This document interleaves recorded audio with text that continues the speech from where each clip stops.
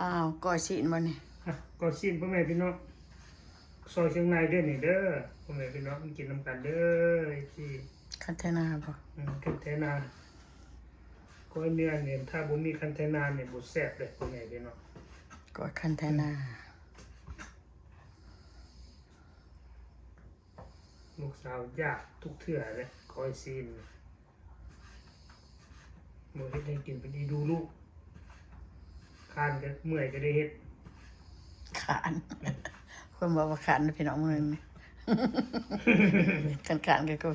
เอ้าดูอยากก็จะขานนะลูกอยากจำเป็นเมื่อยก็ได้เฮ็ดมันก็เฮ็ดเองเด้ออยู่มันอยากมันก็ก่อยไก่ก่อยหมูก็ก่อยมันก็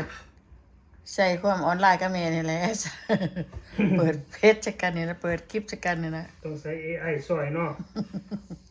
แม่ใส่ยังแน่แม่ใส่ยังแน่เนี่ยเดี๋ยวความสั่งมานี่ให้ใส่ปลาแดกนักๆแน่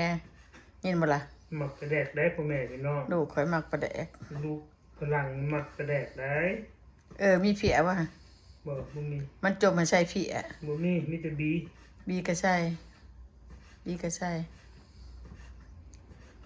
มันบอกให้เอาคมๆได้แม่น้อยนึงคมคันมะนาวอ่ะบ่คันได้เว้ยบ่เข้ากันได้บ่คันคันมาใส่บีแต่บ่ใส่ละ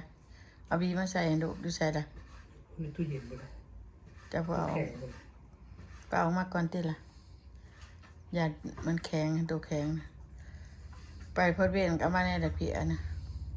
ลูกมักแท้ได้หั่นต้มเผียต้มข้างในน่ะใส่เผียนะโอ้ยเพิ่นมักคือหยังสดปะตะเบิดตอนใส่ผักอีเดือดผักขาดก็มีอย่างช้าแน่มาต้มให้มันกินก่อนซื้อใส่นะฮันมีบ่ใส่ตามเบดาก่อนโทษทางเบดามีใส่ไปทงใส่บ่เพราะว่าซื้อ10 ดอลก็ได้หลายเด้ก่อน10 ดอลว่าเท่าไหร่เขาขายทงเครื่องใส่พุ่งนั่นน่ะมีดาวมาจากบ้านยาแล้วโทษถามได้เบิ่งก่อนเบิ่งดูเสื้อเครื่องในเสื้อเคจีน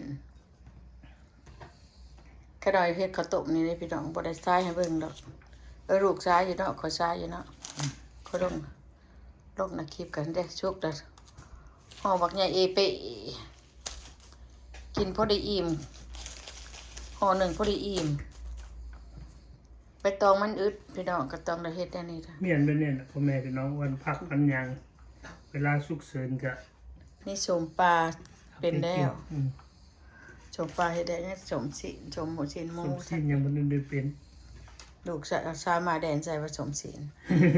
ปลาเพิ่นบ่กินสมศีลบ่กินเยอะกินนะเพิ่นมักอยู่สมศีลสมปลาเพิ่นบ่อยากเพิ่นบ่กินเขาคนบ่กินปลาอีนางนานบ่กินได้ปลาหยังก็บ่กินเจ้านางใหญ่กินอยู่ปลาแม่ใส่น้ำหอมมาสิตู่เป็นสิโดนได้ส่วนเรื่องใส่น้ำหนักได้ลูกก็ว่าเฮ็ดคมๆได้แม่จะไปแดกปุ๊กๆพุ่นน่ะเอา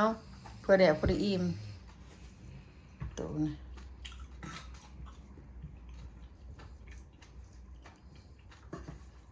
ต้มจะไป3 ชั่วโมงนะบ่นี่ต้มตั้งแต่6 โมงครึ่งจนฮอดเท่าไหร่8 โมงบ่8 โมงกว่านั่นแหละ8 โมงครึ่งบ่เดี๋ยวจักโมงน่ะนั่นเนี่ยจะมองได้ว่าเห็นเก่าเลยค่ะเก่าแล้ววะจะพอ8จะได้เก่าแล้วเขาย่างไปเบิ่งไก่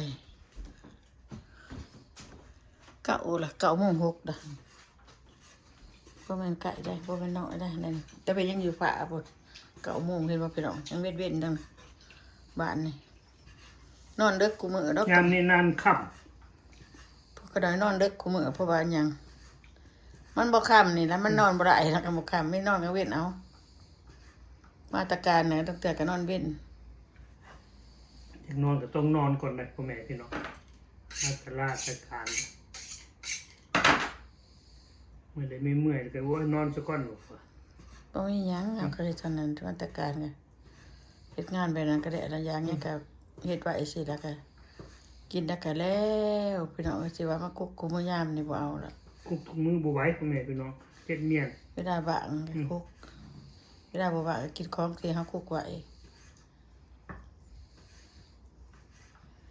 ไม่เนาะยังแกงใส่กระเพาะเมียนเนาะเอาตู้ ตู้ แกง เย็น เมียน ไว้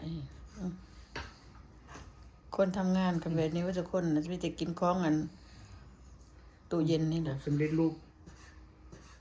คันมีบ่อนขายบ่อนซื้อก็อยู่เมืองไทยมันก็ขายแล้วว่าอันนี้สิไปซื้อเขากินร้านอาหารนี่มันก็บ่ไหว้ดอกมันแพง โอ้ขาด156ดอนคนกินเอาลายจะเสียลายจ่ายหลาย ขายดอกหา6ดอล อืม มื้อนี้กินข้าวคาบเดียวเที่ยงนั้น30กว่าดอล อืม 30กว่าดอลก็ยังบ่อิ่มลูกเช้ามาก็ได้จวบฝนจวบนี่อยู่เห็นน่ะบ่อิ่มนะ30ปลายดอล 39ดอลพุ่นกินบ่อิ่มไปกินร้านอาหารไปกินอาหารอยู่ในร้านนู่นนี่ก็แต่ก็มีหยังพิซซ่า กินดูตอนนี้ก่อน อ่า อืม เพื่อแล้วมันได้อิ่มในตู้นี่เราเฮ็ดจังซั่นได้จ้ะ มึงนึกสมัยเนาะอืม ก้อยเนื้อใช้ทุกมื้อในภาษา ว่าใช่ตัวเห็ดสาวแสนซื่อ แต่มันตื่นมากเลยกินข้าวได้ตีกูแก่กูแก่ ๆเตียงนอนปุ่นสดๆอยู่ นี่พักกันทิ้งสิกลับละพักกระทองมาเก็บเข้ามาพักผ่อนกับพักกระทองนี่กินได้ผลละหมูก็ยังว่ากินพักกระทองเป็นแต่แสบๆแต่ว่ามัน เบิ่ง เกาะ ไปเบิ่งเที่ยวมันเด้อไปเบิ่งบี มันก็เราก็อยากซีมได้หวานดิซีมก็ว่าตอนใหญ่แต่ตอนนี้ซอย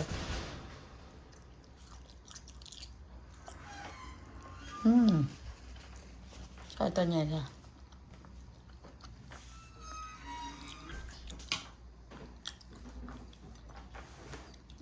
จบปลาไก่น้ำหอมมาก่อนจบแล้วเด้2 คืนพอได้กินพี่น้องโบราณโบราณ บีได้พ่อแม่พี่น้องเต็มขวด ไปอันไหนใส่ แช่น้ำร้อนก่อนแช่น้ำร้อนเต็มไม่ไหวอีกแล้ว ลูกปลาเห็ดคมๆในแม่ใส่ปลาแดกปุ๊บๆบอกแม่สั่งพ่อเจ้าติแม่บ่ได้เห็ดบอกแม่มาสั่งพ่อ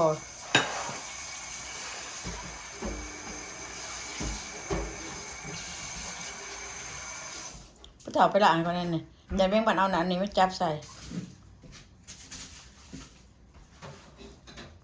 เพราะมันบ่แน่อันนี้นะมันจับขี่จับกด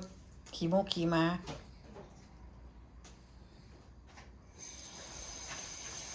ใช้ทราบได้ปะครับทราบเห็นอย่างนั้น